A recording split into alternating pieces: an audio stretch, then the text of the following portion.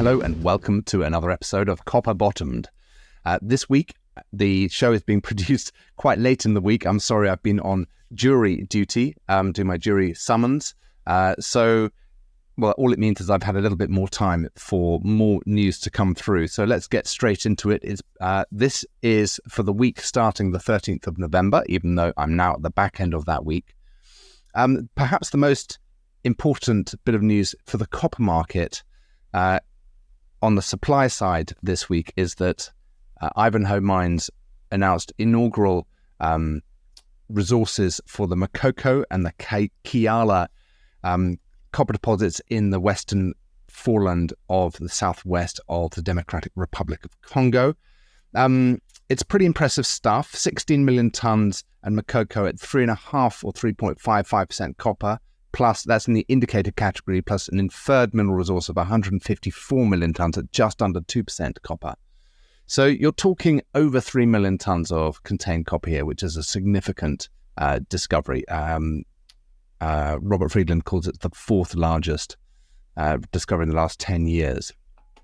And at Kiala, there's another super high grade, 5 million tons at 3.56% copper.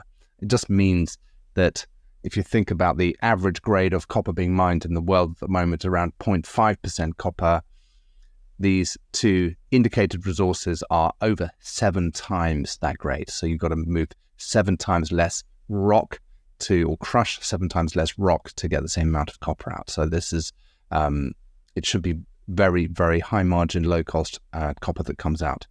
Still, a really good result. It's interesting if you look at the news release, there's a huge preamble, lots of highlights at the front end, and then it goes into the news release proper, kind of Kolwezi, the DRC, 30th of November, and the comments by Robert Friedland, executive chairman.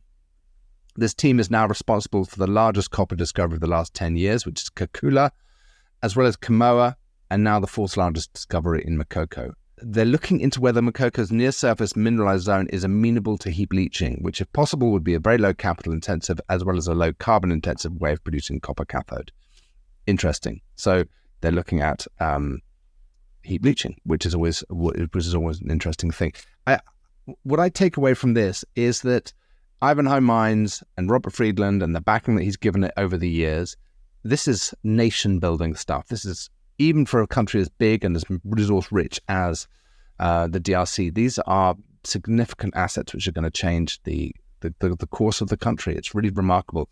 And remember that the Lobito corridor is opening up. So instead of having to rail it so far down through South Africa and perhaps to Mozambique, now there's a closer rail port. A lot of it funded by the Chinese, but this is changing the infrastructure of Africa, which is really, really interesting. Now, not content with that, Robert Friedland then put out a post on Twitter X, and this came out on Wednesday. Interestingly, he doesn't normally post a lot, but this was a thread.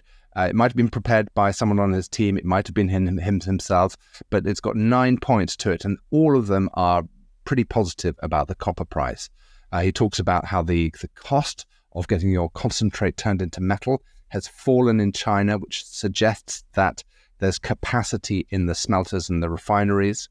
He talks about the smelter expansion. This is comments from a VP at Jiangxi Copper, talking about there's a problem sourcing the copper concentrate, so the mine output is not keeping up with the downstream processing. Another related point, Trafigura, there's news here that Trafigura is helping the Chinese smelter clear imports. There's pressure on the Chinese authorities to loosen copper scrap. It's all talking to tightness in the market.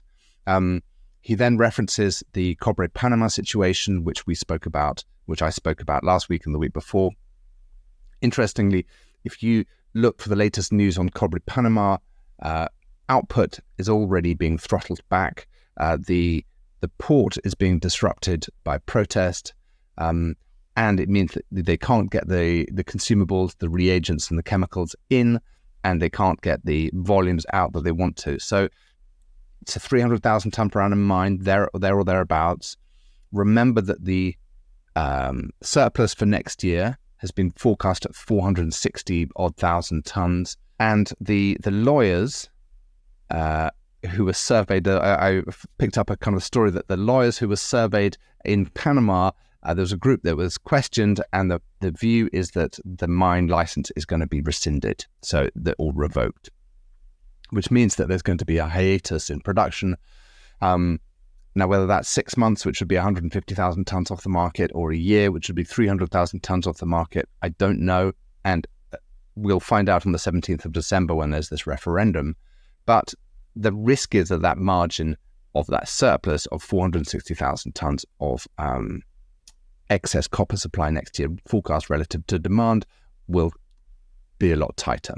I'm not saying that Cobre Panama is going to shut down forever. I think too much infrastructure is in place, and also it's too important to the country. But there may be hiccups. Robert Friedland goes on to talk about Chinese factory output, housing stimulus, imported copper cathode premiums rising, and also that inflation in the US and globally seems to be moderating, which could lead to a reduction or to an end in the rate hikes.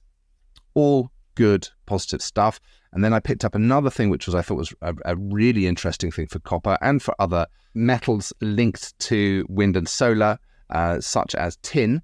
There was the Biden-Xi meeting. BBC News produced an article saying the 5 things we learned. And the first thing they said, point number 1, support global efforts to triple renewable energy by 2030. Now, obviously, I've got a problem with the word renewable because I don't think there's anything renewable about wind and solar trying to integrate it onto a large scale into the grid. But it does mean that there's a lot of copper demand and tin demand coming through. So that's my take on the market. The copper price has been pretty solid. It's up at $369 per pound. And I think what you're seeing is that the concerns of the surplus and the glut for next year are gradually being chipped away by strong demand and supply constraints. Now we come to the news release section, the weekly highlights for the 13th of November. It's actually this email gets produced and sent out by the Junior Mining Hub weekly. The results summary gets sent out on the Saturday, so actually it's for the cutoff date is the 11th of November. 5 companies here. Pacific Ridge Exploration, Kodiak Copper, Aston Bay Holdings, Emerita Resources, and Pan Global Resources. And so let's get straight into it. Okay, so the 486 meters by 0.27 gives the biggest number. And so this is the first company that I'll be talking about. Pacific Ridge Exploration, $19 million. You can see the share price here. For years, it was bumbling along with almost no volume at share prices below 10 cents. Then it's obviously got into a kind of a better narrative, a better project, rising up to 2022, and it's gone from 40 cents. We're back down at 15 cents. So I thought, okay, interesting. Let's have a look at this news release. And crikey, what a difficult news release to access. It was very densely written with a lot of data, a lot of numbers. It starts off immediately by talking about 0.48% copper equivalent, which is a no-no. I'm not interested in copper equivalent, and we'll find out. I spoke about it last week, but I'll repeat it this week. Or, as if it wasn't bad enough, we get a gold equivalent as well. Within 486 meters of another copper equivalent or another gold equivalent. So immediately my head is spinning, and it's got my back up because this is the wrong way to present your information. And then they go into, pleased to announce results from diamond drill holes 59 to 62 from this year's exploration program at the Cleal Copper Gold Porphyry Project. Cleal or Project, fine. Hole 62 returned 113 meters of copper equivalent or gold equivalent on 0.22% copper, 0.36 gold, and 1.6 grams silver within 486 meters of 0.15 copper, 0.17 gold, and 0.89 silver. Okay. It goes on to say Pacific Ridge completed a total of 19 diamond drill holes, 51 to 69, totaling 10,284 meters at Cleal this year, the largest ever exploration program at the project. Fine. And then in the middle of the kind of the just to the bit when you're just trying to understand what's going on, they put in a whole section of gold equivalents, copper equivalents from historic news releases. Old stuff that's got nothing to do with this news release. I had to cut it out of the way. It's blah, blah, blah. Lots of unnecessary historic detail gets in the way. And then I had to cut out loads of stuff just to get it on the page. Results for the remaining 7 drill holes will be released once they're received and compiled. So they've done 19. Today, they're releasing 59 to 62. So 4 drill holes, 59, 60, 61, 62. And they've got 7 drill holes to come, which means that 12 of the historic ones. But they gave all of the detail of the historic ones, which was of no use whatsoever. Then they, in the highlights, they repeat what was included right up at the top here, which is all of this gold equivalent, copper equivalent stuff, and it's just repeated information, which was, I had to cut out. Then they mentioned hole 60, which had 60 meters of gold equivalent, copper equivalent guff, and then 0.18% copper and 0.32 gold within, where are we now, 0.16 and 0.26 gold. You've got to hunt so carefully for the information here. I mean, this is disastrous reporting. It makes life so difficult for an investor or anybody interested in this story. I would have given up a long time before if I wasn't kind of forcing myself to do it for this show. Drilling to date has expanded the known events of the known extent of KMZ mineralization to 600 meters east-west, 600 meters north-south, and 600 meters vertical. So it's open in all directions. It's a big blob, 600 by 600 by 600. And then I went into plowed through the rest of this news release trying to find something to give me an indication of what's actually going on. I found this cross-section of sorts, which was pretty low resolution, but it looks as if the drill holes have gone into this magnetic anomaly, and they've picked up large areas of mineralization. That's good. That's good. I ended up having to hunt around, and I found I went onto their presentation, and I saw that they're comparing these drill holes with the grades of Mount Milligan and various other mines and reserves in the area. But then I thought, well, hang about, these are just one drill hole, and those were the average grades. So let's look at the other drill holes. And here we go. If there's a table here, hole 59, which is obviously down to at least 264 meters. But they only got 12 meters at 0.04 and 0.1 gold, and 17 meters at 0.06% copper and 0.02 gold, which means all the rest of it was below detection limit. And again, in hole 61, there's only they drilled down at least to 227. I don't know how much further they went. And they only got 3 meters at 0.03 and 0.21 gold. Yes, hole 60 and 62 did hit some broad intersections of mineralization, low-grade mineralization, but the other 2 holes were effectively barren. So remember, yes, the holes which have got mineralization do reflect the average grade of what are mines in the area, but it's much more complicated than that because there are holes within the same category which are either barren or host very little mineralization. And then right underneath, there's this tiny, in very, very small print, this was their copper equivalent calculation. And this is a perfect example of why you should not put in copper equivalent, because it says there has been no metallurgical testing on Cleal mineralization. They estimate copper recoveries and gold recoveries and silver recoveries based on the average recoveries from ChemS, Mount Milligan and Red Chris. It's just don't do it. I then thought, well, what's the geology here? And I, trawling through reams of undigestible technical text, which with very few descriptions, and there's skarn mineralization, there are loads of different dikes. It's very hard to know what's going on, but I certainly wouldn't want to suggest that they're anywhere close to having an understanding of what the actual payable metal is going to be from these kinds of things. So good luck is what I can say. What I want to see from this company is press releases that are digestible and convey the information in a succinct manner. I'd love to see them not using copper equivalents or gold equivalents, but just to stick to the metal.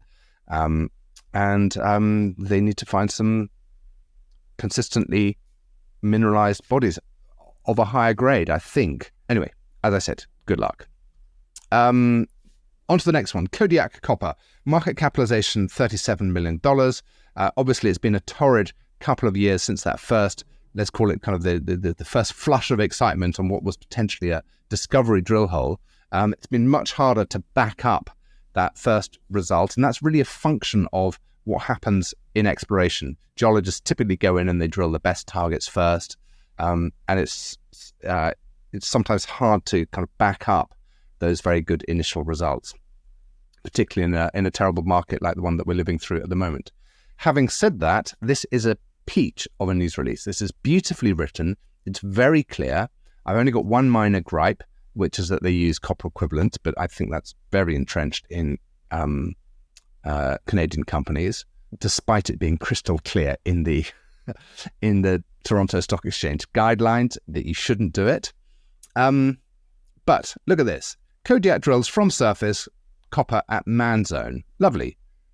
116 meters of better grade within 338 meters of a kind of a slightly lower grade. That's fine.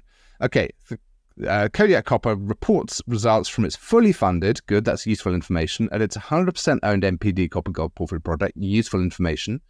Assay results from the first 2 holes drilled at the man zone. Again, really useful information are presented in this release. See figure 1, very good. Highlights, figures, and table, good. Kodiak's drilling of the man zone has significantly extended copper-gold mineralization, which is still open in multiple directions. Okay, so there was historic data here. This is their first drilling, and they've opened it up. Good. It's located near Kodiak's gate zone, which is less than 2 kilometers to the south and a long trend. That's fine.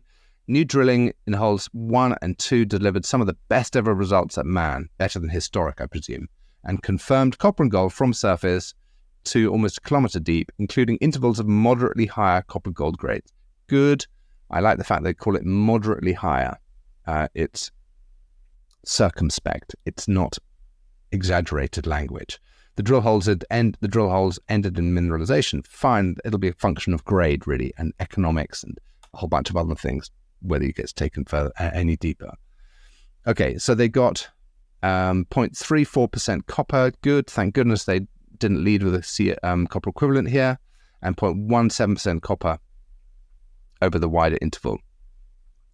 Porphyry mineralization at man correlates well with 3D IP and anomalies that extend to significant depths, confirming the exploration model. Good. They've dropped the kind of the language about this is the biggest discovery since Ben-Hur. They're just talking about exploration models, moderately higher copper grades. I like it. Claudia Tornquist says, with these latest results from the man zone, we've validated our exploration models. Good circumspect language. The first 2 holes at man are a promising start. Good circumspect language. And over the coming months, we're looking forward to many more results from the 5 targets we drilled this year. Again, circumspect language, which I like. Beautiful cross-section. It shows the old historic drilling up here and the deeper drilling down here. Some good mineralization. I'm a fan of high grade.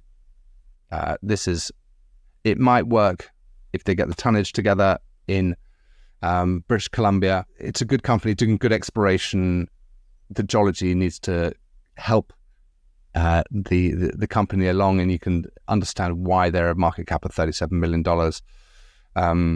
because they haven't quite got into the guts of something really rich just yet, but they're doing all the right things. And I would like to see more drill results. Let's see what the results are of those 5 targets as they come out from the drilling that they've done this year. Right, next, Aston Bay Holdings. Market capitalization of $12 million, trading at 6 cents, a flurry of excitement, and then back down again. It's moved sideways really pretty much for the last 4 years. Nothing much is happening. This is not the first news release that I've covered from Aston Bay and the Storm project. And American West Metals have got basically the economics here. So that's why you're not really seeing much of a pull through in terms of Aston Bay. I've got a few issues with the news release. It's generally fine, but Further assay results from the summer reverse circulation RC drilling program have returned thick intervals of near-surface, high-grade copper mineralization. So 24 meters, is that really thick? Is it high-grade? I've highlighted the high-grade things, but we could easily be doing the thicknesses as well. I mean, 12 meters, is that really thick? 1% copper, is that really high-grade? I don't think so. And 1.5 meters is certainly not thick, and 3 meters at 2.7. Okay, maybe 2.7 is actually high grade. But remember, Ivanhoe Mines have just, found 150 million tons of stuff at 2% copper. Okay, but it's true. The 4100 zone has got a strike of 1,300 meters and a width of 400 meters. Strong correlation between geophysics and copper mineralization, with many more targets which to be tested. All good. All of the known high grade, let's not call it high grade, let's call it all of the known copper zones, which are near surface, that's true, remain open. And then there's this really weird thing in the middle of the news release. Our partners, American West, are aggressively moving this near surface mineralization toward a potential low cost, high margin DSO production scenario. I mean, this is Nunavut. This is way north. It's the Arctic tundra, and 1% copper material is not DSO. And they're just in the early stages of exploration. For me, including this sentence is a serious misjudgment. It's an error of judgment to it. It's poorly judged to put talking about early stage production DSO. First of all, you're nowhere near close to producing. 2, it's in the Arctic tundra, and 3, it's not high enough grade to be DSO. So it was a very, very weird thing just to suddenly find in the middle of that. Anyway, I carried on. I read the rest of it. The other thing which struck me about this news release was that there were no cross sections. So there's just a plan here, which is fine. It shows it's open mineralization, open in all directions along strike and width. But I do expect to see cross sections. A total of 63 drill holes were done in 2023 for 9,700 meters. So these are short holes. That's fine. It kind of emphasizes how shallow it is. And it's confirmed a large volume of flat-lying continuous mineralization over a significant lateral extent. Confirms thick intervals of copper mineralization on the margins of the 14100 zone. Thick, giving strong indications that the mineralization remains open laterally in most directions. And it goes on to say, the flat-lying geometry, strata-bound nature, and metal zonation are typical of sediment-hosted copper deposits. Okay, this is getting quite interesting. I mean, just from a purely academic point of view, understanding the copper market, not as a recommendation of an investment. This abundance of similar mineralization, both at the surface and at depth, suggests there could be one element of a much larger scale sediment-hosted copper system. Now, remember, to get anything operating that far north, this has to be absolutely huge to get into production, to warrant the infrastructure. And then they talk about the grade of the mineralized intervals correlates directly to the density and volume of fractures and structures, i.e. the available space within the host dollo mudstones. And that tells you several key bits of information. One is that there's a favorable horizon, which is a dollo mudstone, and the dolomite is a magnesium calcium kind of quasi limestone, which is silty or muddy, which is why it's kind of a dollo mudstone. But it means that carbonate content in there was going to be a reactive part of the rock chemistry, which means that it's going to be challenging to use acid to leach this. So this points to kind of needing to do some metallurgical test work to understand any economic viability here. And it also shows you that the mineralization is associated with structure and fractures, which means that not guaranteed that the entire layer of dollo mudstones is going to be mineralized, because you're going to be controlled by structures. So you've got to understand your structure. Don't get too carried away in thinking this thing covers tens of square kilometers, because it's related to structure. So lots to think about, but possibly not as an investment, but more as an exploration target. Right, next, Emerita Resources Corp. Amazingly, if you look at that share price chart, which looks like a minnow, whatever that share price is, I mean, it's not much, and then it scoots all the way up to $4 or 4 cents or whatever it is, and it's now down at 32 cents or 30 cents, and it's still got a market capitalization of $72 million. So the valuation here must have been in the hundreds of millions of dollars at one stage. The news release was beautifully written, really, really clear. And look at this. This is a Canadian company with a QP who gives a damn. Emerita intersects 6 meters, grading 0.2% copper, 1.6% lead, 5.5% zinc, 0.98 gold, and 59 grams silver. There you go. You just report the metals as they come. Within a thick, massive sulfide intercept of 52 meters, grading 0.5 copper, 1 lead, 1.5 zinc, 0.5 gold, and 26 silver. Extends La Romanera deposit at depth. Perfect. And then you read the news release, November the 6th, pleased to announce additional assay results from the ongoing drilling program, all good information so far, parts of the Emerita's wholly owned Iberian Belt West IBW project. Good. IBW hosts 3 massive sulfide deposits, Infanta, Romanera, Cura. Princess, Roman, Priest, if you're interested. Results contained in this release are from La Romanera. Fine. All deposits are open for expansion. This is great. It's very clear, all useful and pertinent information. And it continues. The company's got 4 diamond rigs operating at Romanera and 1 that's on the first hole at the Nueva Tintia project, 85 kilometers to the east. Good information. Metallurgical work on IBW is in progress. Test work end November. Fine. 4 samples being evaluated, 3 from Romanera and 1 from Infanta. Fine. Good information. Assays have been received for diamond drill holes 156 and 157. Okay. These 2 holes have been surveyed. Downhole EM. Mineralization continues below both, down plunge to the west, confirming the deposit extends further at depth. Good. Hole 159 hit about 44 meters of massive sulfides and assays are pending. Great. So obviously 159 has gone deeper than 156 and 57 and they've still got the mineralization there. Like it. According to the president of Emerita, we continue to see a very thick massive sulfide zone at Romanera where drilling is expanding the deposit beyond the recent announced mineral resource. Good.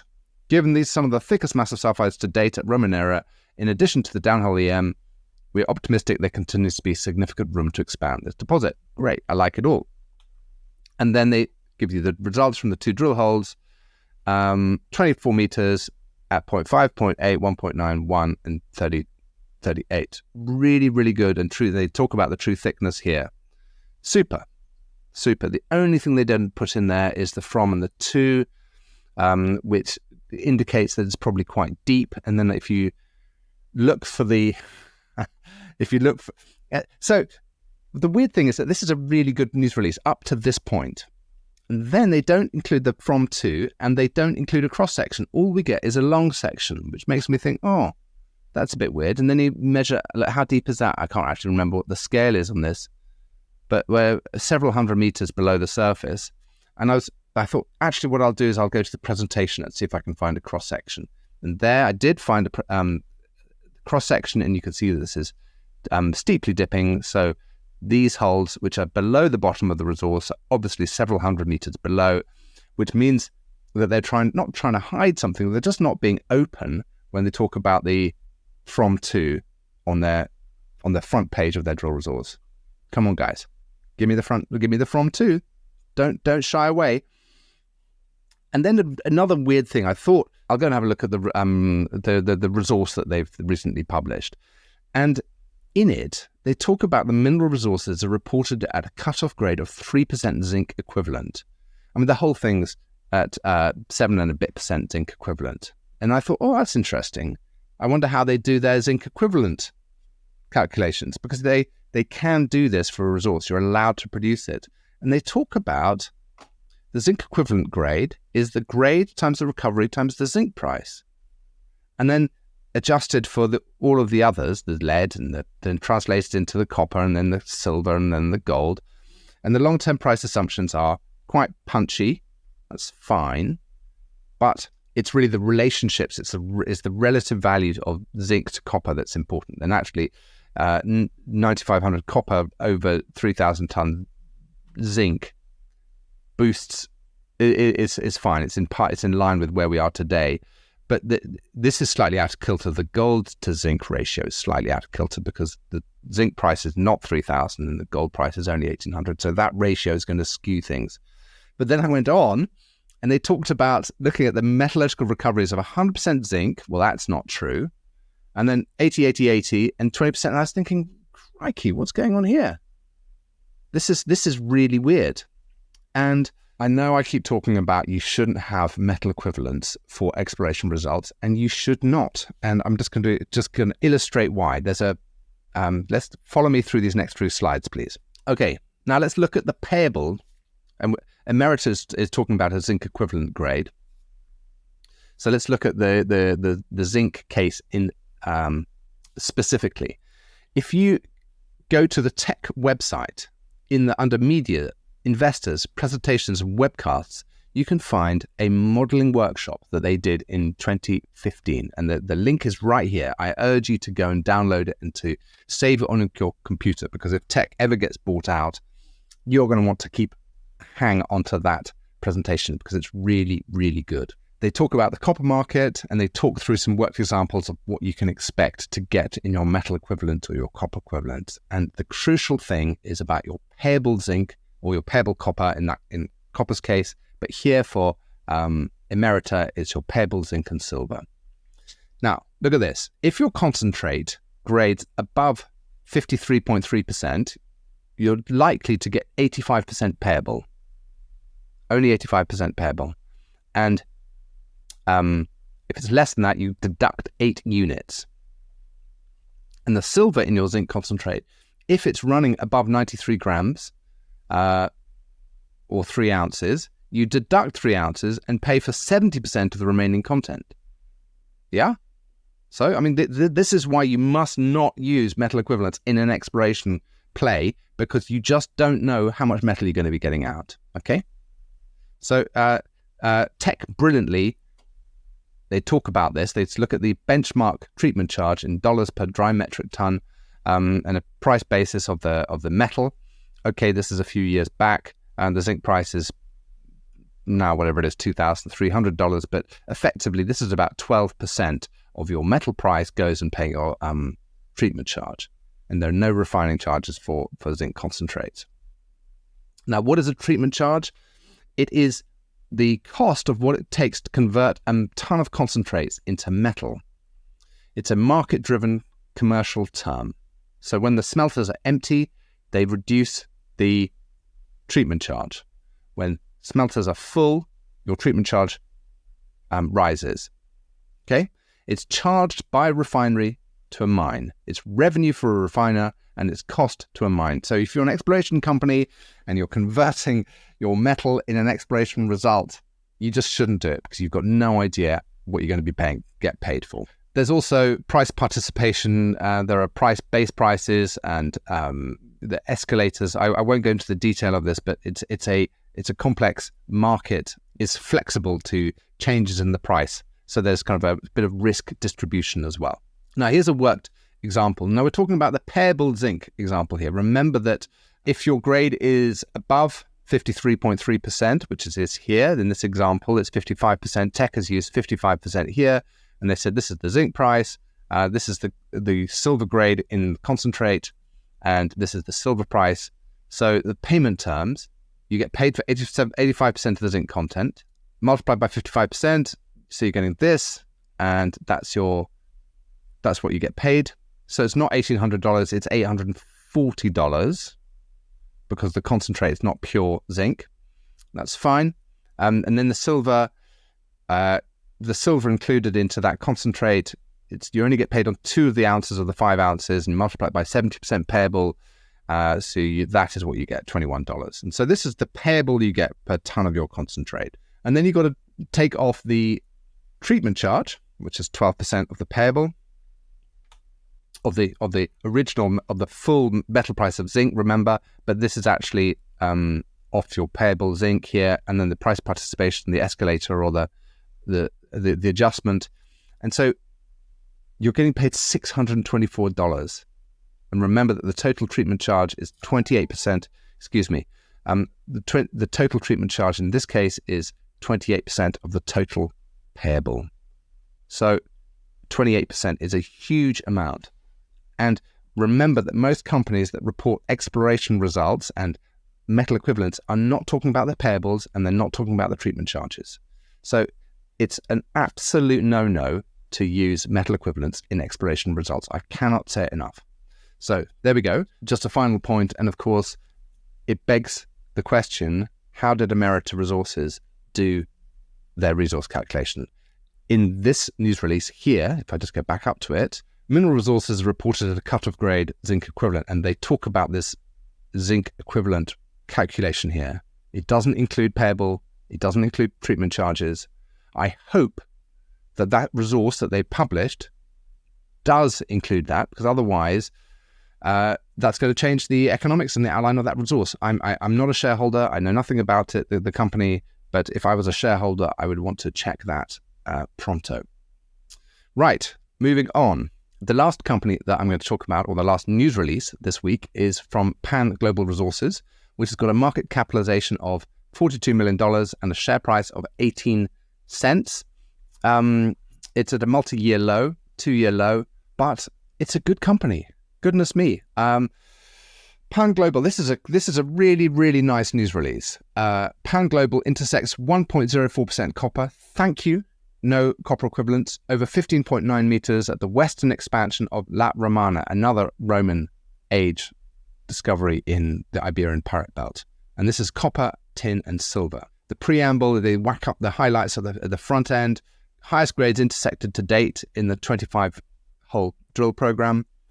New drilling confirms continuation of high-grade, near-surface copper, tin, silver mineralization. And mineralization remains wide open, with grades increasing to the west and down dip to the north. Question mark, high grade. What do they mean by that? Is it really high grade? 1% copper it's higher than the average grade of copper being mined at the moment. It's lower than the average grade of the resources that have just been published by Ivanhoe Mines and Makoko and Kiala. Nevertheless, the company goes on to say it's pleased to announce the intersection of additional near-surface copper mineralization at the 100% owned Escacena project in southern Spain. Assay results for 5 new drill holes from the western extension confirm mineralization over 1.35 kilometers of strike and remains open. These are the highest grade intersected to date in the current 25-hole drill program. Good. Aimed at testing the western extension of the La Romana mineralization. Good, nice, clear. I know what they're doing. They're trying to drill the western extension. They put in 25 holes, and they've got 5 new drill holes from this. Right, good.